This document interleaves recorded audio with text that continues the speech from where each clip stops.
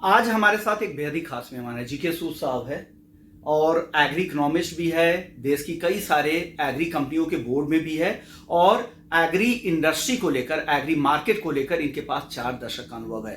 Sir, मैं शुरुआत गेहूं के साथ करूंगा। गेहूं को लेकर काफी सारी इंटरनेशनल लॉबी काम कर रही है, खास करके ऑस्ट्रेलिया। वो चाह रहा है कि उनका गेहूं भारत में एक्सपोर्ट हो पाए। इस पर आपका विचार क्या है? क्या वो वाकई चाह रहे हैं और एक लॉबी वाकई काम कर रही है क्या?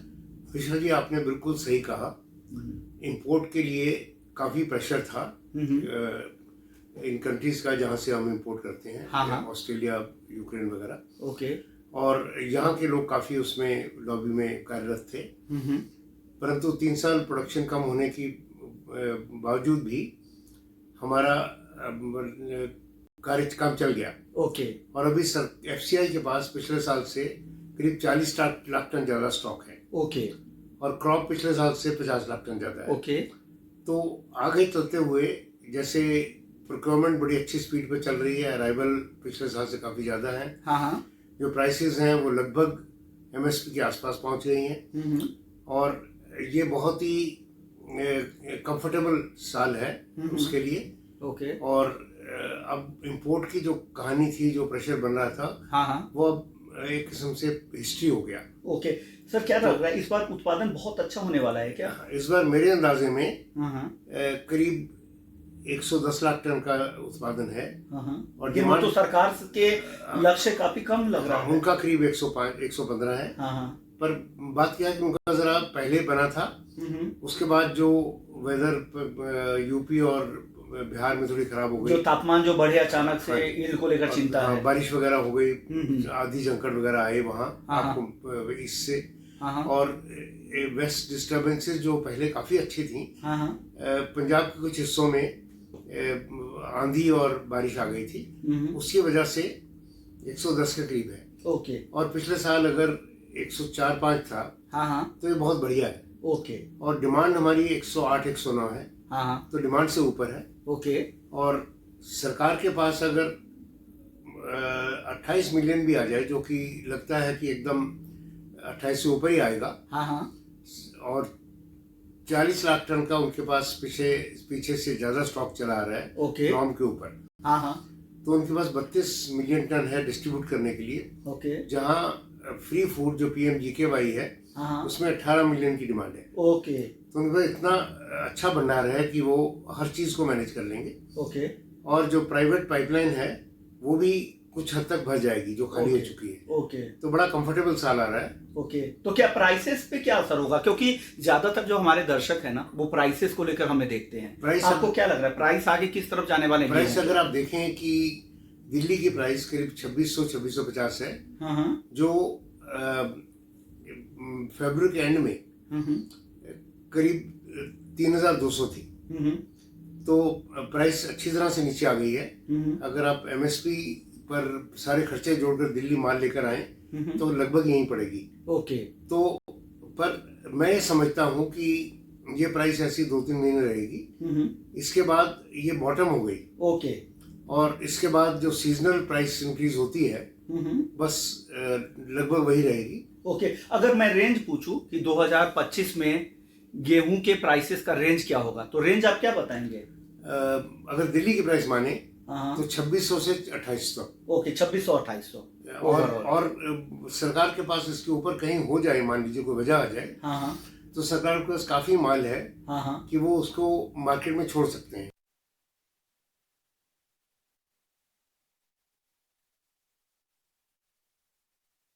सूद साहब, सर आपसे गेहूं पे बातचीत हो गई है। एक और अहम कमोडिटी है शुगर को लेकर। शुगर के कई कंपनियों के बोर्ड में भी रहे हैं और आज भी आप शुगर मार्केट को लेकर काफी क्लोजली ट्रैक करते हैं। सरकार ने 10 लाख टन का एक्सपोर्ट की इजाजत तो सरकार ने दे दी है, लेकिन जिस तरह के एक्सपोर्ट के नंबर अभी तक दिखे, करीब करीब 4 लाख टन के आसपास ही हो पाया है।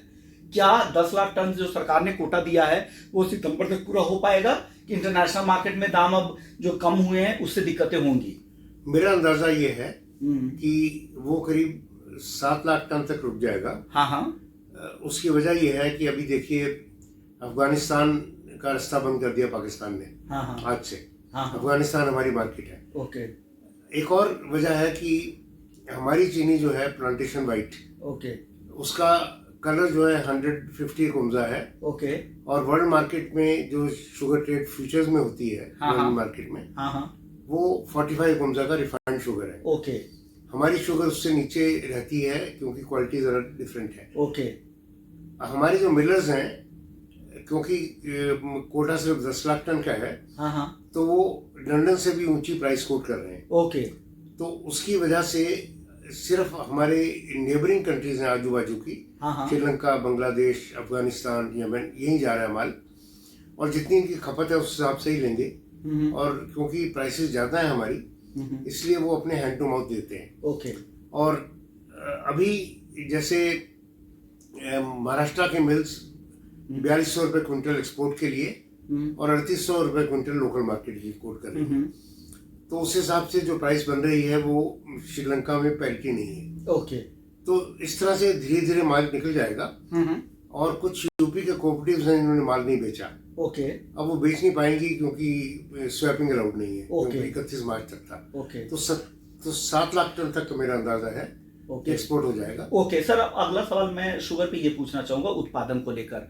जिस तरह की तीनों एजेंसीज है, महाराष्ट्र की एजेंसी हो, एस्टा हो या फिर इस्मा हो, ये लोग पहले तो काफी ज्यादा उत्पादन के नंबर देते हैं, फिर धीरे धीरे कम करते हैं। इससे मार्केट में स्पेकुलेशन काफी ज्यादा होता है। इससे आपको नहीं लगता है कि जो आपने बहुत ज्यादा उत्पादन के नंबर दिए, उस हिसाब से लोगों ने अपनी पोजीशन बना ली, या आपने उस तरह के काम कर लिए और अब धीरे धीरे नंबर घटाते जा रहे हैं? ये हर साल का होता है, क्या इसमें बदलाव नहीं होना चाहिए? बिल्कुल सही कहा आपने। इसमें से आहिस्ता का जो नंबर है वो 264 था जनवरी के आखिर में, जो बाद में उन्होंने कम करके 258 किया। 258 लाख टन। इस्मा ने सबसे पहले नंबर दिया था जुलाई में 331 का, जो नवंबर में कंफर्म किया।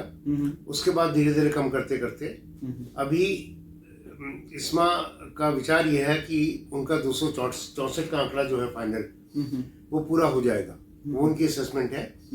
नेशनल फेडरेशन का आहिस्ता के आसपास है 259। पर ये जरूरी है कि इस तरह से जो प्रोडक्शन का अंदाजा लगाया जाता है, एस्टिमेट लगाया जाता है, इसमें सुधार की जरूरत है। कि जहां तक हो तो सही आंकड़े निकले, या फिर आपको बहुत अर्ली नंबर ना दे अगर आप बहुत ज्यादा प्रिडिक्ट नहीं कर पाते हैं, क्योंकि एग्रीकल्चर है, आप इसे बहुत ज्यादा प्रिडिक्ट बहुत अर्ली नहीं कर सकते हैं, तो आप देरी से करें, जनवरी फरवरी में आके करें। थोड़े बहुत तो 10 लाख टन के आसपास का फर्क पड़ता है, लेकिन 40 लाख 50 लाख टन, और ये सिर्फ शुगर की बात नहीं है, कॉटन में भी सर यही होता है। इस तरह के बहुत सारे प्रोजेक्शन ऐसे आते हैं और इस तरह से दिक्कत होती है कि स्पेकुलेशन भी बढ़ते हैं। आहिस्ता वाले हैं वो जनवरी में निकालते हैं, तो उनके इनिशियल एस्टिमेट 264 की बजाय 258 हुआ, तो अंतर ज्यादा नहीं है। शुरू में जो इस्मा का एस्टिमेट है वो नवंबर वाले एस्टिमेट से बाद में फाइनल प्रोडक्शन कम निकली, परंतु ये एक्सपोर्ट जो अलाउ हुई है ये बहुत सही किया सरकार ने। वो इसलिए कि यहाँ पर प्राइस इतनी कम थी कि शुगर मिल्स के लिए वायबिलिटी खत्म थी, उनकी कॉस्ट ऑफ प्रोडक्शन कवर नहीं हो रही थी। और जब इन्होंने इसीलिए अनाउंस किया कि अगर ये अनाउंस हो जाए तो डोमेस्टिक प्राइस ठीक हो जाएगी, और वो पैरिटी में आ गई। और हमारे विचार में करीब 48 लाख टन 50 लाख टन का क्लोजिंग स्टॉक रहेगा, क्योंकि कंजम्पशन किसी वजह से कम हो गई है। प्राइसेस को क्या जाते देख रहे हैं? क्योंकि प्राइसेस को लेकर लोगों के मन में सवाल उठता है। एक कंजम्पशन को लेकर कहा जा रहा है कि जिस तरह की उम्मीद थी कि 290 लाख टन के आसपास एनुअल कंजम्पशन होगी, उस हिसाब से इस बार की कंजम्पशन कम है। क्या लग रहा है इस पर भाव का क्या असर होने वाला है? मैं डोमेस्टिक मार्केट के हिसाब से बात कर रहा हूँ। कंजम्पशन जैसे इस्मा ने बहुत पहले कह दिया 280, उनका एकदम आंकड़ा ठीक रहा। 280 हो सकता है कि 285 हो जाए। और बाकी ये है कि क्योंकि स्टॉक कम होते जा रहे हैं, प्रोडक्शन खत्म हो गई है, अगर कहीं ये प्राइस एक्सपेक्टेशन बन जाए ट्रेड में या कंज्यूमर्स में और वो ज़्यादा माल लेना चाहें, तो हो सकता है 5 लाख टन की डिमांड बढ़ जाए और प्राइस हो सकता है कुछ बढ़ जाए। परंतु वो सरकार का काम है कि उस प्राइस एक्सपेक्टेशन को मैनेज कैसे करना है।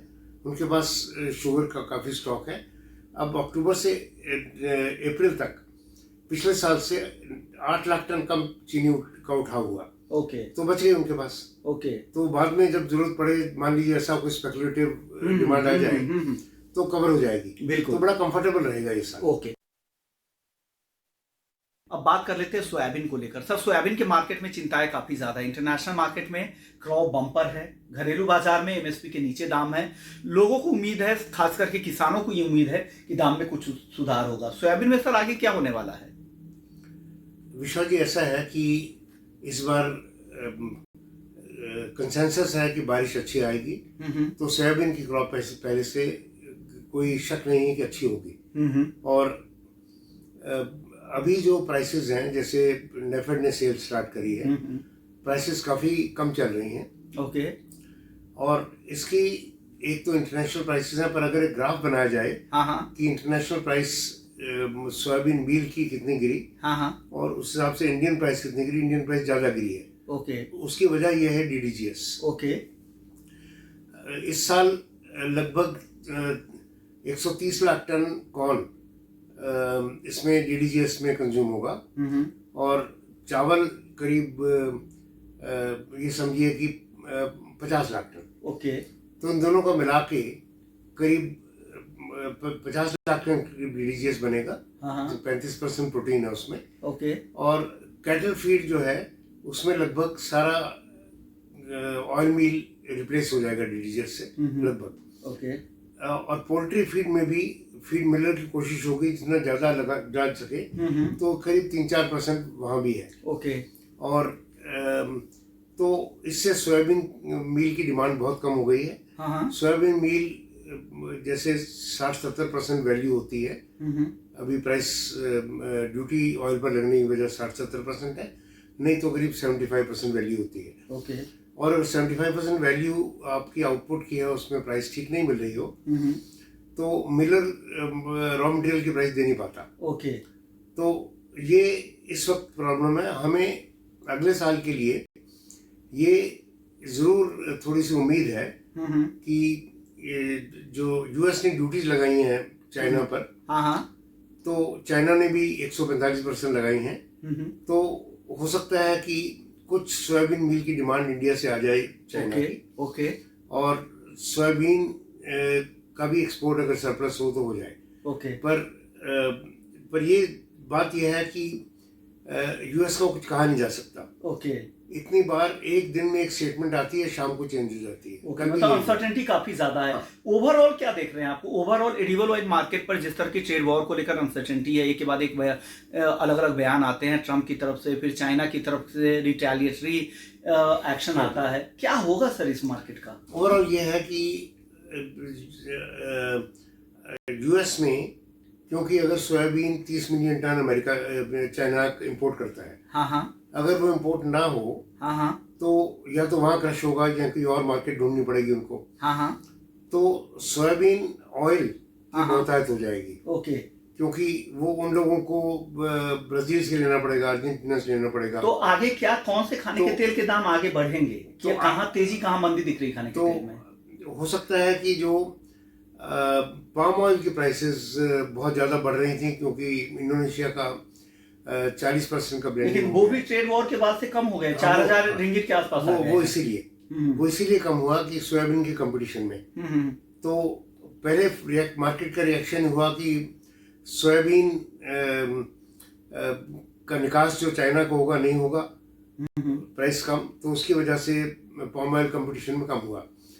परंतु अल्टीमेटली अगर चाइना USA से नहीं लेगा तो कहीं और से लेगा, और हो सकता है कि USA का माल ब्राजील जाकर चाइना पहुंच जाए। ओके। ओके। तो ये एक किस्म का इक्विलिब्रियम नया बनेगा। उस इक्विलिब्रियम में हो सकता है कि भारतवर्ष का जो हमारा सोयाबीन मील को निकास मिल जाए थोड़ा सा, और थोड़ी यहाँ इंडस्ट्री की हालत सुधर जाए। सरसों के दामों में तो सुधार सा दिखा है, और जिस तरह से नेफेड खरीदारी भी कर रही है, क्या सरसों की कीमत यहाँ से बढ़ेंगे कि जितने बढ़ने थे बढ़ चुके हैं? क्योंकि 100 रुपए के आसपास आने वाला 130-132 के आसपास आ गया है, अब बहुत ज्यादा तेजी की उम्मीद नहीं है। सरसों में ये चीज है कि एक पेंडेंट ऑयल है, इसकी डिमांड जहाँ है, जो उसको वैल्यू करता है, तो उसके लिए बहुत बढ़िया डिमांड है। अगर वो उससे ज्यादा बन जाए तो जिसको सरसों ऑयल की पंजेंसी पसंद नहीं है उसके लिए वो ऑयल बेकार है। ओके। और रिफाइंड ऑयल सरसों का जो है उसमें फ्लेवर रिवर्शन होता है। ओके। अगर उसको ब्रेड में यूज करें किसी और में करें तो उसका इस्तेमाल नहीं हो पाता, या स्नैक फूड में। तो सरसों की क्रॉप अगर किसी टाइम पर बहुत ज़्यादा हो जाए तो बाकी जो माल है उसको निकास चाहिए। ओके। तो लगभग ये समझिए कि 40-45 लाख टन तेल चाहिए, जो कि झाल वाला, पंजेंसी वाला। ओके। उसके ज़्यादा हो जाए तो फिर दिक्कत हो जाती है। ओके। पिछले साल ये सब हो रहा था। हाँ। एमएसपी के नीचे प्राइस चल रही थी बिकॉज क्रॉप अच्छी थी। तो नेफेड ने जाकर जुलाई अगस्त में ले लिया। आप देखेंगे उस वक्त से भाव एकदम बढ़िया हो गए। ओके। क्योंकि जो फालतू माल था वो निकाल लिया। ओके। और अभी भी अगर नेफेड के पास स्टॉक है, अगर वो क्रॉप के आने के बाद वो लेंगे तो भाव ठहर जाएंगे। ओके। नहीं तो सरसों के भाव नहीं बढ़ेंगे। ओके। तो इस तरह की स्थिति बन रही। शुक्रिया सर, आपने वक्त निकाला। गेहूं पर, शुगर पर, एडिबल ऑयल पे, तमाम मुद्दों पर आपने चर्चा की, हमारे दर्शकों को गाइड किया कि मार्केट में क्या हो रहा है और आगे जिस तरह की स्थिति बन रही है ग्लोबल ट्रेड मार्केट में, जिस तरह की ट्रेड पॉलिसी में लगातार बदलाव हो रहा है यूएस की तरफ से, फिर चाइना की तरफ से, बाकी देशों की तरफ से, उसका क्या कुछ असर होगा, तमाम मुद्दों पे आपने चर्चा की और उसका क्या असर आगे होगा, इसको भी हमारे दर्शकों को आपने गाइड। आज दलहन मार्केट पे बात करने के लिए दिलीप जी हमारे साथ मौजूद है। बहुत बहुत शुक्रिया सर, आपने वक्त निकाला है। बहुत धन्यवाद आपको। सर, सबसे पहले शुरुआत हम करते हैं एक एक दाल के साथ। तुअर को लेकर सरकार लगातार कह रही है कि वो पूरी 100% एमएसपी पे खरीदारी करेगी और तेजी से अब खरीदारी भी जारी है। क्या लग रहा है उसका असर क्या हो रहा है? भाव में कुछ सुधार हुआ है कि अभी भी ज्यादातर मंडियों में तुअर के भाव, अरहर के भाव एमएसपी के नीचे है? सब जगह एमएसपी के नीचे भाव है अभी तुअर के। हाँ। इम्पोर्ट का तुअर जो आया पड़ा है वो तो 6500 में लगता नहीं है, ऐसा बुरा हाल हो गया है मुंबई। और जो मंडियों में तुअर है वो तुअर भी एमएसपी के कम भाव में गवर्नमेंट अभी तक बहुत स्लो ले रही है। कुछ 4 लाख टन माल अभी तक गवर्नमेंट ने लिया है। जो गवर्नमेंट बोली मैं 1.5 मिलियन टन लूंगे, अभी उन्होंने लिया नहीं है। अभी मंडियों में आवक भी कम हो गई है। किसानों के पास जो माल था पहले निकल दिया उन्होंने कम भाव में। अभी गवर्नमेंट के बाद मैक्सुअल से 1-2 लाख टन और माल मिलेगा। उससे ऊपर माल नहीं मिल पाएगा। क्या लग रहा है आगे क्या होगा? स्थिति और खराब होगी और भी दाम कम होंगे कि यहाँ से कुछ रिकवरी की उम्मीद है या स्टेबल रहेंगे, अब ज्यादा नहीं गिरेंगे? जो तुअर के दाम पूरे साल भर स्टेबल रहेंगे। पूरे साल भर कोई बाजार तेजी आने वाली नहीं है बाजार में। ये बाजार जब तक आप येलो पीस का इम्पोर्ट खोले रहेंगे, पीली दाल कोई भी बढ़ेगी नहीं। चाहे येलो पीस हो, चाहे चना हो, चाहे क्योंकि वो 35 रुपए का मटर, 45 रुपए की दाल, ये सब दालों को मार दे रही है। चाहे मसूर हो, चाहे उड़द हो, चाहे तुअर हो, कोई भी दाल हो। दिलीप जी, अब मेरा सवाल चने को लेकर होगा। चने को लेकर क्या खबर आ रही है? चने में हल्की रिकवरी तो जरूर दिखी है, आगे क्या होगा? हालांकि अभी तक सरकारी की खरीद बहुत स्लो है। आगे क्या इसमें तेजी, सरकारी खरीद में तेजी आएगी? भाव में कुछ उम्मीद है या आपको लग रहा है कि जब तक पीला मटर, यहाँ पर पीली मटर का इंपोर्ट होता रहेगा तब तक चने में कोई सुधार की संभावना नहीं है? गवर्नमेंट के हिसाब से ये पूरा मार्केट हो गया है। गवर्नमेंट ही खुद तेजी मद्दी करती है। जब गवर्नमेंट को जो माल लेना है, चना जो बोले हम सब जगह माल लेंगे, अभी तक चालू किया है। चना बहुत कम इनको महाराष्ट्र में इनको मिला नहीं है, कर्नाटक में मिला नहीं है, एमपी में थोड़ा बहुत उनको मिल रहा है, राजस्थान में तो चना मेरे हिसाब से 5-7 लाख टन में मिल जाए बहुत बड़ी बात है। पूरे साल भर यूपी कहीं भी लगा करके चना कहीं मिलेगा नहीं 5 लाख टन के ऊपर। गवर्नमेंट का कोटा पूरा हो जाएगा। प्राइस सर क्या रहेगा? चने का भाव आगे कैसा देख सकते हैं? चना 60 रुपये से ऊपर जाएगा नहीं, 60 रुपये घूमता रहेगा, 55-60 इसी बाजार में घूमता रहेगा। मसूर की क्या स्थिति है मसूर के मार्केट को लेकर? मसूर को लास्ट 12 महीने से 60-62 रुपये पड़ा हुआ है। पूरे देश दुनिया भर में मसूर क्या बोले हल्ला है। बंद ड्यूटी लगाने के बाद भी 60 रुपये से बाजार 61 रुपये हुआ, वापस 60 रुपये हो गया। यही वजह चलता रहेगा। इंडिया की क्रॉप बढ़िया है, क्रॉप अच्छी होने गवर्नमेंट बोले लूंगे। एमएसपी के भाव से 6-7 रुपये नीचे बिक रहा है। उसके बाद ही गवर्नमेंट 1-2 लाख 3 लाख माल लेगी। पहले इनके पास स्टॉक पड़ा हुआ है 6-7 लाख इम्पोर्ट का, वो नहीं बेच पा रहे लोग, तो तो नया माल कहाँ से लेंगे। ओके, और इंपोर्ट भी फ्री कर रखा है पीली मटर के बाद 26 तक आपका अरहर भी इंपोर्ट होना है, फ्री इंपोर्ट होना है। हाँ जी सर क्या लग रहा है पीली मटर इंपोर्ट की जो ये समय अवधि है मई तक की, क्या उसके बाद सरकार का तो करने की तैयारी है या कोई इंपोर्ट ही नहीं करेगा, इतना माल आ चुका है? गवर्नमेंट हर 3-3 महीने में बहुत बढ़ाई दी है, 3-3 महीने में 2 महीना 3 महीना सारे इम्पोर्टरों का भी खून सही से निकल गया, पूरे व्यापारियों का। हर बार वो देखते हैं कि भाई नहीं होगा, इस टाइम चांस मिलेगा। लास्ट 12 महीने चांस करते करते कोई व्यापारी कमाया नहीं है। और मेरे हिसाब से गवर्नमेंट को ये बहुत अच्छा मिल गया है कि पल्सेस में कंट्रोल करने का ये लोग बीच खुला रहेगा, दाल अपने आप कंट्रोल में रहेंगी। तो हमारे हिसाब से गवर्नमेंट अगर इसको बंद करती है तो एमएसपी के भाव से तो ऊंचा बाजार होगा, किसान को भी फायदा होगा, व्यापारी को फायदा होगा। ओके, तो गवर्नमेंट की सोच है। ओके सर, एक सवाल अब उड़द और मूंग को लेकर, इन दोनों के भाव आगे कहाँ जाते दिख रहे हैं? उड़द भी एमएसपी के नीचे हो गया है, आप देख लीजिए। और मूंग का भाव है तो ऑलरेडी एमएसपी से काफी कई महीने से नीचे बिक रहा है, पूरे साल भर से नीचे बिक रहा है एमएसपी से नीचे। ओके, तो गवर्नमेंट को एमएसपी तो बढ़ाना है किसान के लिए, माल लेवे, लेकिन टीवी पेपर में बढ़ाना है, जरूर बढ़ाना है कि भाई पब्लिक को देखे हम ले रहे हैं माल। अब कितना क्या माल लेना है, कितना क्या होना है, किसान को पूरा माल तो ले नहीं पाई गवर्नमेंट। ओके, क्योंकि इतना बड़ा माल होता है, कहाँ रखेगी, क्या करेगी। ओके, तो व्यापारी को भी लेता है बीच वाला, वो भी अपना काम कर रहा है।